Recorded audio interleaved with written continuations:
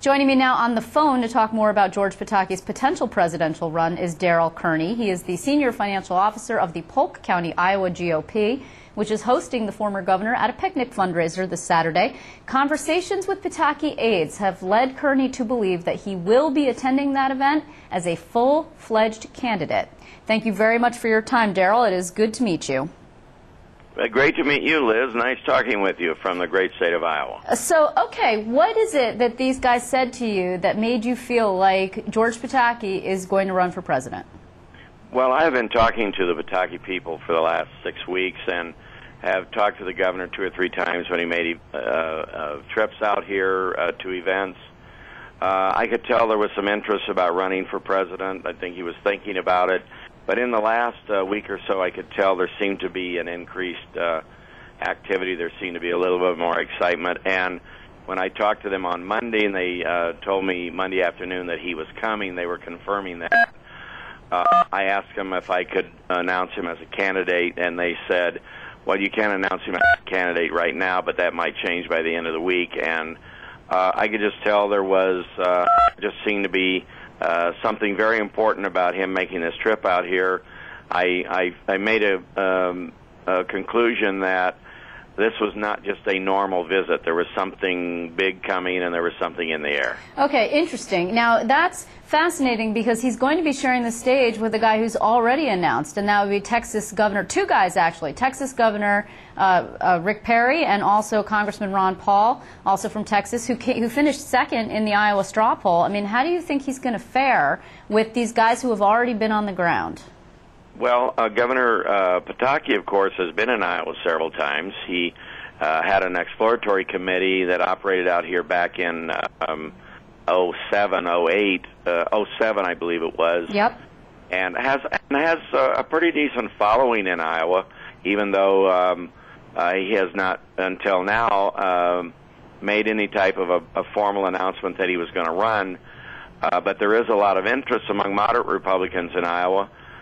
Republicans who are conservatives on fiscal matters, but social moderates. And so I think we've been getting calls from people that I know in the Republican Party, having been involved in the party here for 30 years. I know who's who, and there's a lot of interest among moderate Republicans to see and hear from Governor Pataki. Okay, so Darrell, forgive me for not being intimately knowledgeable about the Iowa Republican scene, but how many moderates do you think are there in the Republican Party there? Because Michelle Bachmann won the straw poll, and she's no moderate.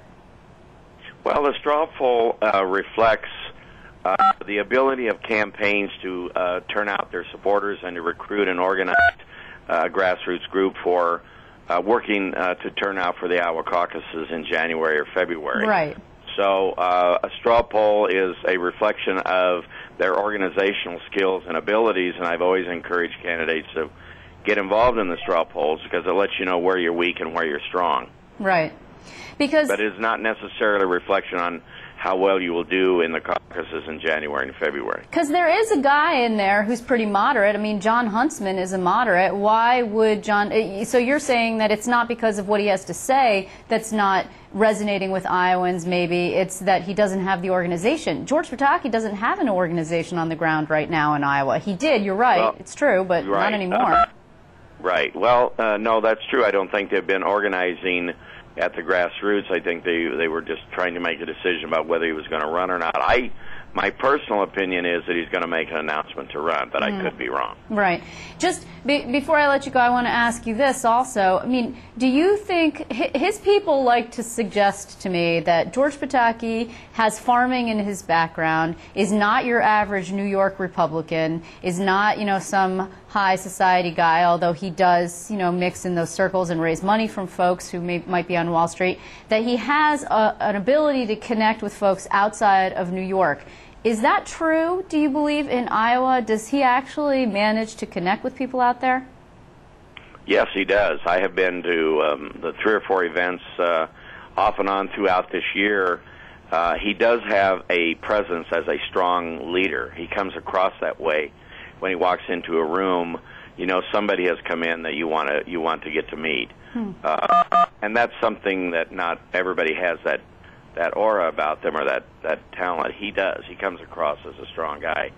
Iowa, I think, is wide open. I don't think the decision has been made about who's going to win the Iowa caucuses by any means. And do you think so? I think there's an opportunity for people to really campaign hard between now and the caucuses, and do pretty well.